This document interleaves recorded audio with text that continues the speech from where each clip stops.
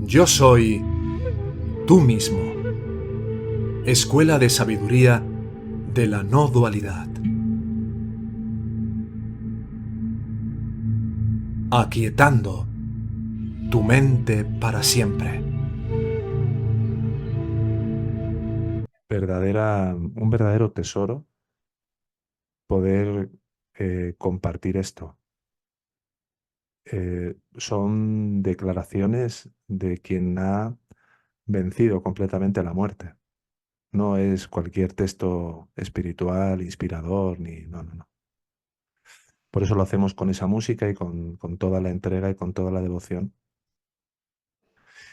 Y te quería preguntar algo, y esta pregunta es para todos, para que os hagáis la siguiente pregunta. Cuando leísteis en el artículo la historia de esta princesa, ¿os parasteis por un instante a preguntaros o a observar cuán lejos o cuán cerca está el grado de mi devoción y de mi amor por el ser con respecto a lo que declaraba ella? ¿Os Realmente parasteis a sentir eso? por eso me emocioné, porque, porque pude ver esa parte de, joder, cuánto te queda, ¿no? Cuánto agarre queda a los objetos, a las formas, a todo, ¿no? A la oscuridad. Y a la vez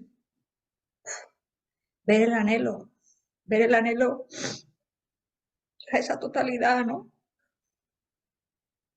Y siempre que veo eso, me emociono, quizás porque me da por llorar, porque no sé bien si es porque conecto con la tristeza de albergar esa falta de plenitud, pero a la vez saber que esa plenitud está ahí, el mismo anhelo que siento es reflejo de esa plenitud, por así decirlo, ¿no? Y, y bueno, y lo que se pueda decir tampoco es muy relevante al respecto, ¿no? Simplemente que como niña pequeña de parvulario, pues puedo decir que ansío, ¿no? Ese abrazo del Padre, Sí, de la porque gracia. a veces podríamos pensar, parece como que es más mi hartazgo de ver que en este mundo no voy a poder sacar nada de aquí que sea verdadero, duradero, real, que todo termina fallando, el cuerpo va a fallar, los familiares van a morir uno detrás de otro, pim, pum, pum, si no me voy yo antes. Y a veces podemos pensar que quizá nuestra devoción pueda tener más que ver, como decías, ¿no? Con esa especie de conciencia, ¿no? De lo que representa el ver que aquí nada va a perdurar y nada es real realmente. Pero es que es directamente proporcional o inversamente proporcional. Cuanto más verdadero es el hartazgo, cuanto más verdadera es la desilusión por cualquier objeto de este mundo, mayor es el anhelo de aferrarnos con fuerza a esa conciencia. Alguna vez lo he comentado en alguna clase, lo que em, decía Nagarjuna y también Milarepa en el budismo, cuando hablaban de que tiene que haber un total y absoluto cansancio por sobreimponer la perdurabilidad del rostro del Buda, decía, con respecto a a la impermanencia de todo cuanto aquí parece ser prometedor de cualquier forma de alegría, de felicidad o de paz. Bueno, pues gracias por compartirlo, hermana. Me alegro que te haya motivado y que te haya inspirado. ¿Alguien más quisiera hacer alguna reflexión o alguna pregunta sobre el artículo? ¿Se me escucha? Sí, Disculpen porque voy caminando por la calle, pero he decidido que esta es la única manera que puedo estar los jueves por ahora. Ajá. Bueno, ya es un Así paso. que, ¿verdad? Ya es un ¿Eh? paso. Y dentro Claro. de poco ya estaré en casa y ya puedo conectar la cámara. Muy bien. Eh, me gustaría comentar algo que a mí también me llamó mucho en el artículo y fue lo que se explica sobre los niveles de comprensión en función del grado de purificación de la mente, ¿no? Ujú. Y eso a mí me pareció súper importante, porque ahí entendí más a fondo todavía, ¿no? La importancia de ese trabajo de purificación de la mente para poder llegar a la verdadera comprensión de lo que señalan, ¿no? Ujú. Las enseñanzas y desde ahí poder realizar también, ¿no? Sí. Entonces, para mí eso fue una reflexión importante. Ujú. Sí, la cuestión de la purificación es algo absolutamente fundamental en este camino, ¿no? Y que a veces se suele como que denostar mucho o se suele, digamos, disminuir el grado de importancia que tiene la cuestión de la purificación, ¿no? De hecho, hay un verso que, en el que Bhagavan expresa de una manera especialmente significativa la cuestión de la importancia de la purificación. ¿Eh? Ajá. Y me refiero al al verso 5 de Sri Arunachala Astakam. Lo voy a leer Vale, gracias. para compartiroslo porque creo que es probablemente uno de los versos donde con mayor precisión él describa esto.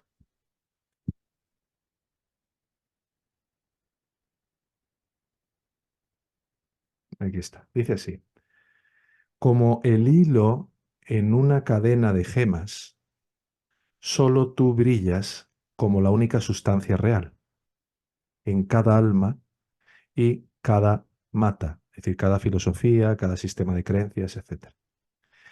Al igual que moler una gema para pulirla, cuando uno muele la mente en la piedra llamada mente para quitar las imperfecciones, la luz de la gracia brillará. Al igual que la luz de una gema cuyo brillo y color no se ven afectados por los objetos cercanos, el apego a cualquier otra cosa no ocurrirá en una mente que ha sido así convenientemente pulida. Después de que la luz del sol ha caído sobre una película fotográfica, ¿se puede imprimir alguna sombra o imagen en ella? Aruna, colina de luz intensa, ¿hay algo más que tú? Fijaros si es importante, ¿no? Muchísimo. Y muchísimas gracias por complementarlo con esto, porque es que, vamos, es un sitio donde me quedé muy parada porque dije, claro, es que este trabajo desde aquí, que desde el nivel donde me encuentro, Sí. tengo que hacerlo, porque si no, la profundidad de la enseñanza no va a entrar en mí y es el puntero que me lleva a experimentarlo, ¿no? Entonces, pues También muchísimas gracias. a ti, hermana. También en el Sri Arunachalas Karanam-Malai, en el verso 47, Bhagavan habla de que solo aquellos de una mente y de un habla puros, ¿no? En el Gita también hay un versículo en el capítulo 3 que dice, solo los puros de corazón de una visión cristalina. Es decir, ¿cómo puede llegar a ser cristalina la visión? ¿Cómo podemos llegar a tener una habla, una mente, una conducta, todo verdaderamente puro? A través de ese proceso de purificación. ¿Mm? Muy bien, Claro, pues y yo lo conecté, solo ya termino, con todo lo que tú nos decías, ¿no? De esas prácticas para ir puliendo, puliendo, puliendo, puliendo. Y dije, claro, es que es una clave para poder tener el nivel de comprensión que se necesita, ¿no? Ujú. Así que muy aclarador. Sí, Gracias. a ti. Lourdes pregunta el último verso, el verso 47 de Sri Arunachala, Askaranam. No sé si Nuria era algo sobre el artículo o no, ¿no? Vale, entonces, Luna, adelante. Gracias, Ernesto. Bueno, en la mañana, bueno, para mí era en la mañana, cuando salió el tema de las películas, eh, me he dado cuenta de que hay cosas que me mueven muchísimo cuando veo películas y me causan mucha aversión y por alguna razón las veo todavía en mi experiencia, ¿no? Entonces, ¿cómo se hace el trabajo que le comentabas hoy a Alberto viendo la película? Porque no sé si es como entregando a la vez todo lo que me causa aversión o cómo sería. Bueno, lo primero es entender que si las estás viendo es porque el deseo por ver eso es mayor que la aversión o el rechazo que sientes. O dicho de otra manera, en la aversión que sientes hay un aferramiento, hay una adicción, hay un goce en ello por parte de ego, Sí, ¿no? Varios puntos a tener en consideración. Uno de ellos, por ejemplo, no voy a hablar de la autoindagación porque ya es obvio, ¿no? El mirar quién es el que se siente rechazado o siente rechazo o lo que sea es lo principal, pero por complementar un poco más o enriquecer la respuesta a lo que me dices, en la cuestión de la introspección y de la reflexión profunda sobre lo que realmente estoy adorando, sobre lo que realmente estoy dándole la atención y las implicaciones que tiene eso en mi propia experiencia para generar vínculos, conexiones y puentes que te hagan ver hasta qué grado y de qué forma esa ira, por ejemplo, que puedas ver en la película es algo que tú estés ejerciendo y de cómo tú eres responsable de eso que se manifiesta en la película. Fíjate, ¿no? Porque normalmente nos enajenamos del contenido de una película. Decimos, no, una cosa es lo que está pasando en la película y otra cosa es lo que yo hago en mi vida habitual. Yo soy muy santo y muy bueno y yo no participo de eso. No, no.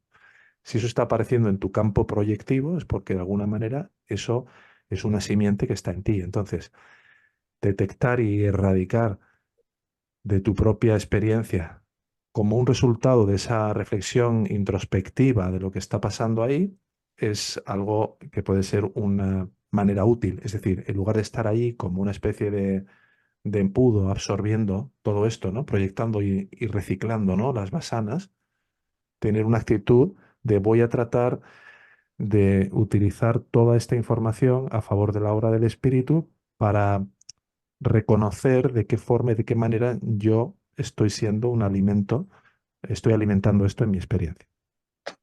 Otra cuestión, como has dicho, también sería la cuestión de la rendición y de la entrega, ¿no? Para lo cual tendría que darme cuenta qué tanto yo valoro eso, de qué formas diferentes estoy valorando y estimando eso que aparece ahí en la película. Porque lo sí, es que, estimo. bueno, es muchísima información lo que me viene, ¿no? Cada Ujú. que veo una película que me mueve muchísimo o una serie o así. Y sí, también me doy cuenta que lo hago por convivir, porque es la manera en que puedo convivir con mi familia. Ujú. Este, y ya me di cuenta que es por eso, pero pues de verdad, es que si no, no convivo tanto. No sé, me viene, o Bueno, sea, sé que lo estoy haciendo hay, también por complacencia.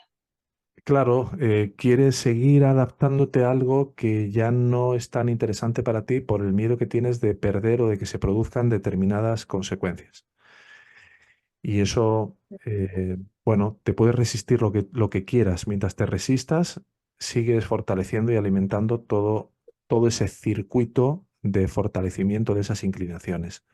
A seguir la dirección de lo que sientes que es lo correcto, Ah, de lo que sientes que está sí, alineado con tu ser, ¿no? sí. Entonces puedes proponer otras alternativas de actividades que a lo mejor sí sean del gusto de ambos, ¿no? Si hablamos de tu hijo, de una pareja o de lo que sea, ¿no? Pues si os gusta ir a hacer senderismo, a pasear por la montaña o a hacer un día de campo o ir a dar un paseo por un parque o cosas que te gusten y que te llamen, puedes proponer esas alternativas para no ocupar, por lo menos en un principio, todo tu tiempo en eso que normalmente, por inercia, llevan a cabo los demás en tu familia. Y así, bueno, Claro, poquito a poco ir soltando, ¿no? sí, Como idea, ¿vale? sí, muchísimas gracias, Ernesto. A ti. ¿Puedo decirte algo de la clase pasada? Sí, claro. Este, que decías al principio de la clase que 2 personas pueden estar en intimidad y sentir 2 cosas diferentes. ¿Quiere Ujú. decir que no puede existir una conexión real con otra persona? ¿O a qué te referías? Es que sí se me No, quedó. hablaba en cuanto a la creencia ilusoria de que tenemos la capacidad de recibir, ¿no? Y decía que una persona puede estar totalmente ilusionada creyendo que recibe eh, por parte de su pareja, por ejemplo, en una relación íntima, placer, ¿no? Y otra persona estando con otro cuerpo, sentir asco o sentir miedo. ¿Eso qué quiere decir? Que el cuerpo en sí mismo o una determinada acción de un cuerpo hacia otro no representa sí o sí un mismo efecto, sino que la causa y el efecto siempre se originan en uno. Yo percibo y le doy un significado y un valor y una serie, digamos, de impresiones a la acción que ejecuta un determinado cuerpo y en base a ese significado, ese valor, a esa importancia, todo lo que representa para mí, experimento o mucho dolor o mucho placer. Pero lo voy a asignar, le voy a asignar normalmente al otro cuerpo en la medida que hay una identificación con mi cuerpo como yo, el ser la precursora, el precursor de eso que yo estoy sintiendo. Esa es la ilusión del recibir. Entonces hay que salir de esa falsedad y ver que mm, cualquier otra persona en esa misma circunstancia, con ese mismo cuerpo, puede sentir algo totalmente diferente. Luego, el origen de lo que estoy sintiendo siempre emana de mi mente. Sí, es como que cada quien está en su propio sueño, ¿no? Y cada quien va a percibir lo que quiere. Claro, en función de su estado mental. Ok, mil gracias. A ti. Bueno, Buenas noches, Ernesto, y buenas noches a todos. buenas noches. Yo tenía una pregunta sobre el artículo, una parte que no he entendido. Bien, Es en la página 6, en el primer párrafo. espera, que lo voy a buscar. A ver,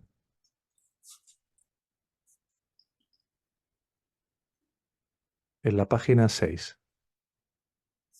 Sí, Sí, en la página 6, o sea, en el primer párrafo, donde dice ver la sustancia real en la realidad, es decir, sin nombre ni forma, a saber, adorarla en nombre y forma o investigar la realidad de uno mismo. Bhagavan nos invita a comprender sus enseñanzas en su conjunto. Esta parte no la he entendido. vale. Lo importante de este punto que es crucial en el artículo es la invitación de las enseñanzas no es a encontrar la realidad como el sustrato del nombre y de la forma, sino encontrar la realidad en la realidad misma. Es decir, mientras yo esté tratando de reconocer a Aporul o Vastu, ¿no? O a Dara, el sustrato de la realidad bajo cualquier nombre o cualquier forma, sea un atardecer, sea un pájaro, sea una pintura, sea una persona, una niña, esa no es la indicación principal que nos da Bhagavan. La indicación principal es gírate hacia adentro a ver cuál es la fuente, quién soy yo. Porque mientras estemos mirando hacia afuera, de alguna manera, y tengamos eso como lo prioritario en nuestro enfoque práctico, estamos en paralelo fortaleciendo y haciendo crecer o florecer lo que miramos y al mismo tiempo tratando de descansar en el sustrato de lo que miramos o de reconocer la realidad que subyace al nombre y a la forma. Entonces, siempre que tengamos claro de que la práctica principal es tratar de volverse hacia uno mismo, cuando sí o sí estemos vueltos hacia afuera porque nuestro amor por nuestras, hacia donde nos conducen nuestras vasanas, nuestras inclinaciones sea mayor, ahí sí. Es decir, imagínate que vas un día paseando por la calle. Te voy a contar una experiencia que me ocurrió una vez. Iba por París paseando por la calle y sentí una gran tristeza. Y me metí en una iglesia.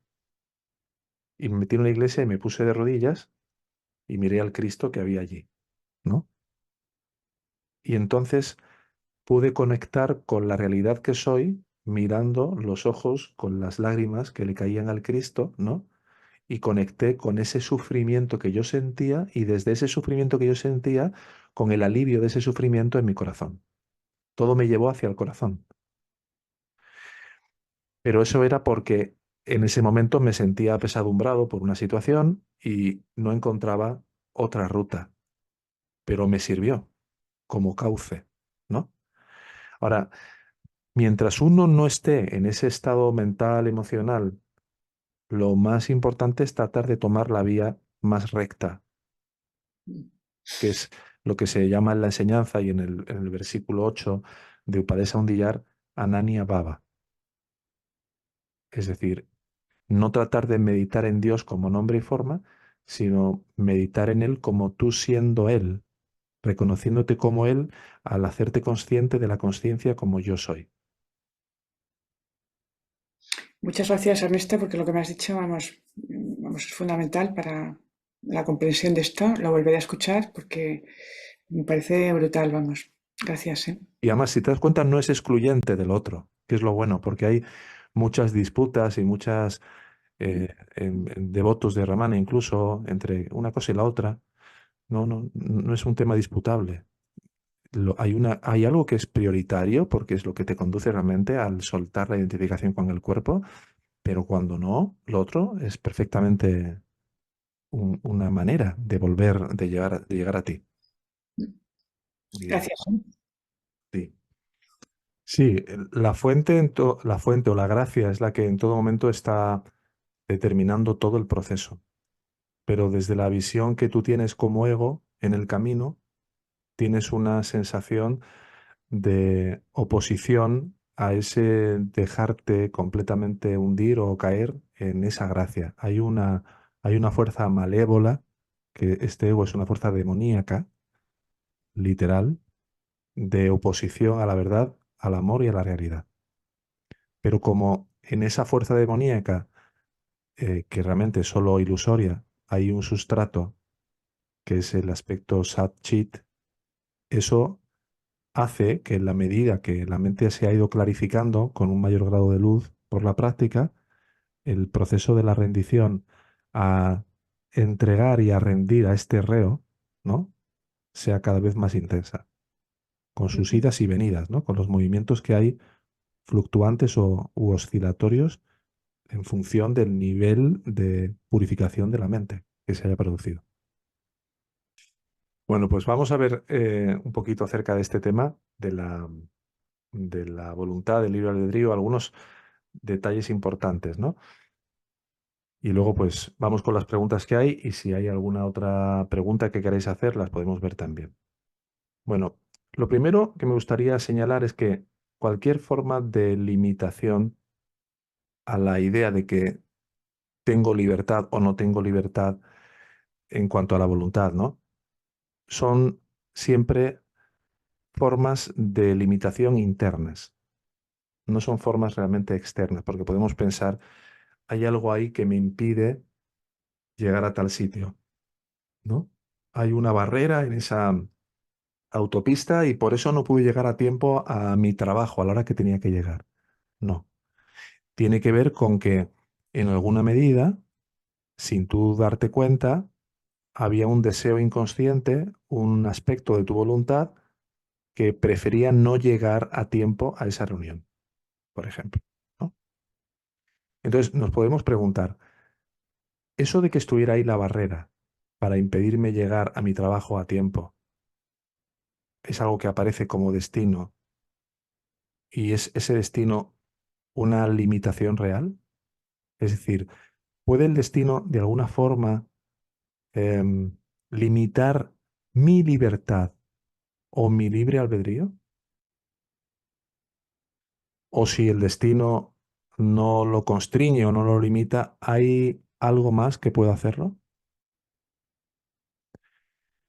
Bueno, hemos de ver que nuestra naturaleza real es totalmente libre, porque no hay absolutamente nada que la pueda limitar. En ese plano yo creo que todos tenemos claro que ahí no hay limitación de ninguna clase, pero cuando nos elevamos como ego, automáticamente estamos descendiendo a los diferentes niveles de la percepción a un grado enorme de limitación. ¿Por qué descendemos a un grado enorme de limitación? Porque cuanto mayor y más densa es la limitación, mayor es la oportunidad de ser catapultados de regreso al hogar.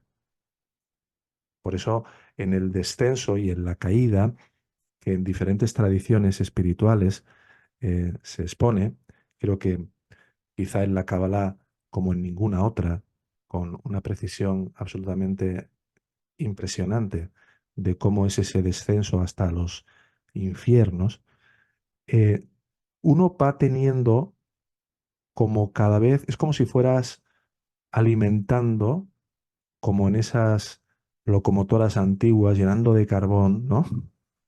Para tomar una fuerza eh, de propulsión, de retorno hacia el origen, ¿no? Entonces, cuanto más caemos en la ilusión, mayor y más potente va a ser la fuerza o la inercia de retorno. Pero la limitación de la libertad, la limitación de que somos limitados en nuestras decisiones, en nuestras acciones, en todo, se va a hacer más patente.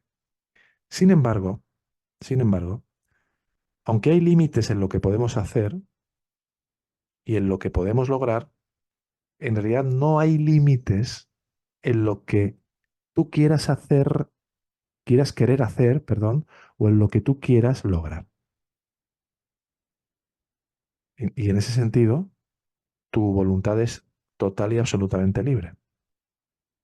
Con lo cual, cualquier tipo de limitación, cualquier tipo de restricción que pudiera parecer que limita tu voluntad, en realidad son limitaciones autoimpuestas.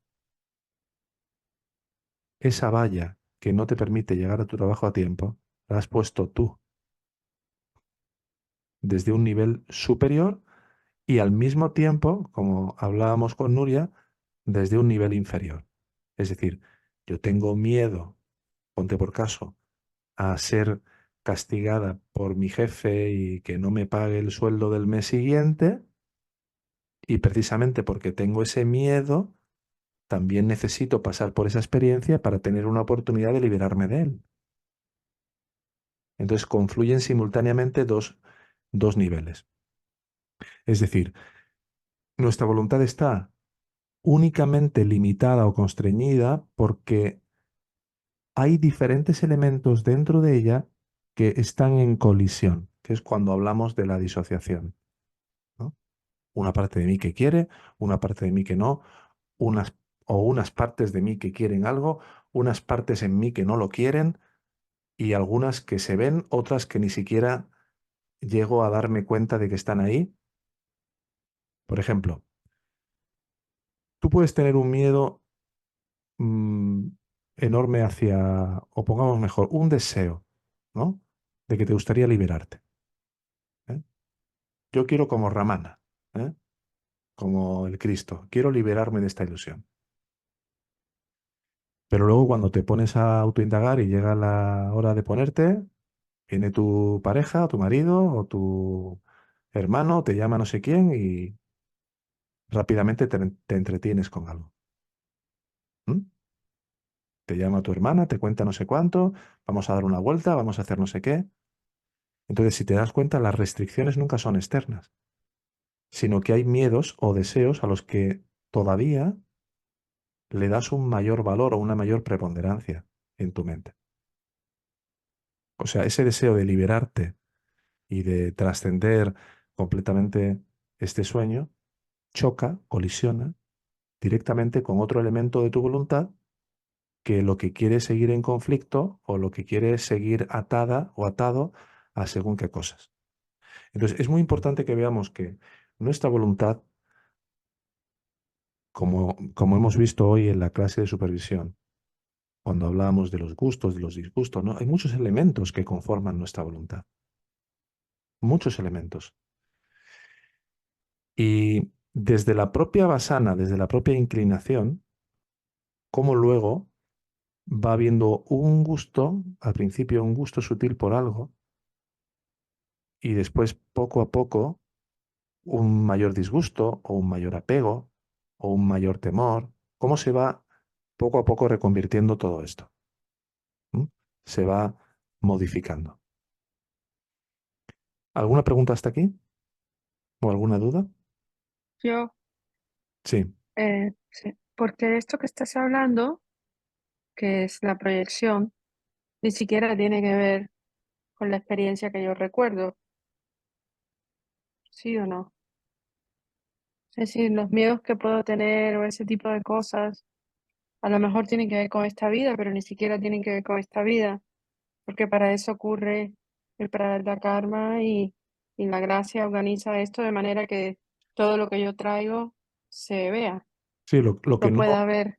no recuerdas es la forma en la cual esa misma tendencia o miedo, inclinación o lo que sea, se Ujú, manifestó, bajo qué forma, en qué otra vida. Eso no. Pero sí puede ujú, haber destellos de esa experiencia, ¿no? Como cuando vas a un sitio y dices, ay, me parece que esto ya lo he vivido. Y luego reflexionas y dices, no, yo nunca he estado aquí, yo nunca he hecho esto mismo, pero algo te dice desde algo muy profundo que sí. Sabemos que el velamiento que se produce en el nacimiento para opacar la memoria de experiencias en otros sueños de vida, en realidad es como si fuera un paño que no es totalmente opaco, sino que a veces, dependiendo del grado de luz que hay en el antakarana, en el cuerpo mental, puede hacer que transluzca en cierta medida algo de lo que está dentro de ese paño. Entonces es cuando me parece, por ejemplo, las pruebas que le hicieron a este niño lama en, en el monasterio en las Alpujarras, ¿no? Perdón, en Granada, no me acuerdo ahora mismo el sitio. Le hicieron un montón de pruebas con objetos y él recordaba entre ellos algo que solía hacer cada día el lama que había fallecido y del cual decían que había reencarnado, ¿no? E hizo el mismo gesto con, no sé si era un silbato, ahora mismo no recuerdo el qué, cómo hizo el mismo gesto, el mismo movimiento de lo que solía hacer él, ¿no? Era como algo de, ¿cómo puede este niño, si no fuera porque él utilizó esto, vivir esa misma forma de hacer las cosas?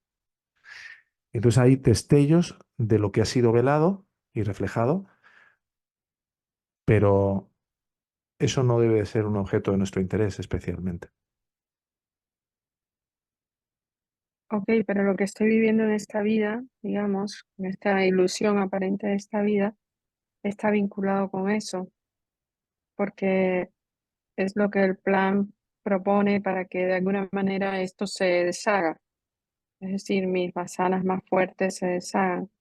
Aparente que hay una experiencia diferente, pero lo que de alguna manera se está resolviendo son los frutos de mi vida, de toda la ignorancia en vidas pasadas. Sin duda. Así es. Ok. Ernesto, ay, perdón, Sandra. A una pregunta de lo que estás diciendo, entonces sería como que en realidad no hay una limitación externa, que en realidad no hay una limitación externa, sino que en realidad lo que vos tenés, hay una proyección de tu inconsciente, por lo cual la limitación siempre está dentro. Sí, O así sea, es. si yo tengo basanas de escasez o basanas de miedo a algo que están en mi inconsciente, eso se va a reflejar en mi afuera, por lo cual yo lo estoy viviendo como como que tengo restringido la voluntad, pero en realidad es mi propio inconsciente el que tiene estos cableados. Sería, Sí, en definitiva he ido desarrollando todos esos condicionamientos mentales que permiten que la basana de la escasez, de la carencia, de la limitación, terminen tomando forma de una manera muy, muy nítida, muy palpable, como para que al vivir esa experiencia con una gran dosis de realidad, yo pueda poco a poco querer dejar de alimentar eso y ok, dejar de estar conectado con la fuente que origina y que propicia esa limitación, que es mi vivencia y mi experiencia como un cuerpo, una persona limitada, condicionada, etcétera, etcétera. ok. Por lo cual, cada vez que vos vas limpiando las basanas, mayor libertad por expansión, por contacto con tu verdadera naturaleza, se refleja en un punto en una mayor libertad afuera, aunque no hay dentro y afuera, pero Sí, cuanto más yo contravenga el mandato que esa basana trata de establecer y trata de imponer en mi experiencia, por ejemplo, imagínate, siento que tengo una limitación económica y sé que como resultado de esa sensación de limitación me doy muy pocas oportunidades cuando emprendo algo y que a la tercera o a la cuarta que tomo la iniciativa de hacer algo, rápidamente desisto o pierdo el grado de compromiso conmigo mismo o entonces sabiendo de que mediante ese tipo de forma de comportarme o de actuar con relación a mi compromiso laboral, ponte por caso, termino siempre confirmando lo que quería confirmar, lo que quería creer por el influjo de esa basana. Ahora, a diferencia de ello, pongo de mi parte y tomo iniciativas y busco soluciones y me doy muchas más oportunidades como para no darme la razón a las limitaciones que yo mismo como ego estoy tratando de confirmar que tengo. ok. Ahora, qué peligro desde ahí es, ya lo tratamos varias veces, pero el que está todo predeterminado, ¿no? Porque podrías decir, ah, bueno, ¿sabes qué? Como está predeterminado, sé que voy a fallar, estoy tirando cualquier cosa, y Sí. en realidad es un juego diferente en un punto. Sí, porque el juego ya no es que voy a hacer todo esto para ver de qué forma finalmente se da lo que yo quiero que se dé, porque la expectativa por el resultado es entregada, es rendida. Es más una cuestión de que en la medida que yo venzo esa inclinación, ya sea por una cuestión de desarrollo o por una cuestión de no alimentación, estoy Mm, contribuyendo. ¿Ves? Porque muchas veces cuando pensamos en el debilitamiento de una basana, pensamos que únicamente es por un proceso de desapasionamiento soltar, pero nos olvidamos de la línea del crecimiento, de la mm, importancia de que yo he de crecer y he de madurar también en mi perseverancia, en mi paciencia, en mi templanza, en mi em, capacidad de perseverar, de persistir, de volver a levantarme. Todo esto es un desarrollo que puede hacerse a favor de ego o no. Lo haré a favor de ego si sigo queriendo encontrar, no sé, imagínate, ¿no? Ese trabajo de mis sueños con tal de entonces sí ser feliz. Si no, lo hago desde otro lugar. Dice Lourdes que si tiene que ver con el ciclo de progreso. Exactamente. Es un progreso que a lo mejor a la luz del mundo pudiera parecer que yo estoy buscando desarrollar determinadas habilidades o capacidades para, imagínate, ser alguien que triunfe en su trabajo, ¿no? Pero no lo hago desde ahí ni para eso, sino que veo que en mí hay una flaqueza, hay una tendencia a desistir, hay una tendencia a no querer aprender y desarrollar habilidades que me permitan no seguir amparándome precisamente en mi falta de capacidad para fortalecer y fomentar ese sentimiento de escasez o de limitación. Entonces aprendo, me instruyo, me formo, me preparo y lo hago simplemente porque sé que con esa maduración y con ese desarrollo también estoy contribuyendo al desvalimiento, o sea, debilitamiento de esa vasana, a la reducción de esa inclinación. Buenísimo. De una manera que no es la que normalmente, de la que normalmente se suele hablar en los círculos de la Advaita, donde todo parece que tiene que ir conduciendo a un estar, a un terminar con un taparrabos muy antes de Ujú. tiempo. Muy antes de tiempo, ¿no? Eso ya, el que tú ya solo quieras estar vuelto hacia ti y que no haya nada externo en lo que entretenerte, normalmente es el resultado de haber ido creciendo y madurando y de haber ido soltando y desapasionando. Pero siempre con un propósito común en ese crecimiento y en ese desapasionamiento.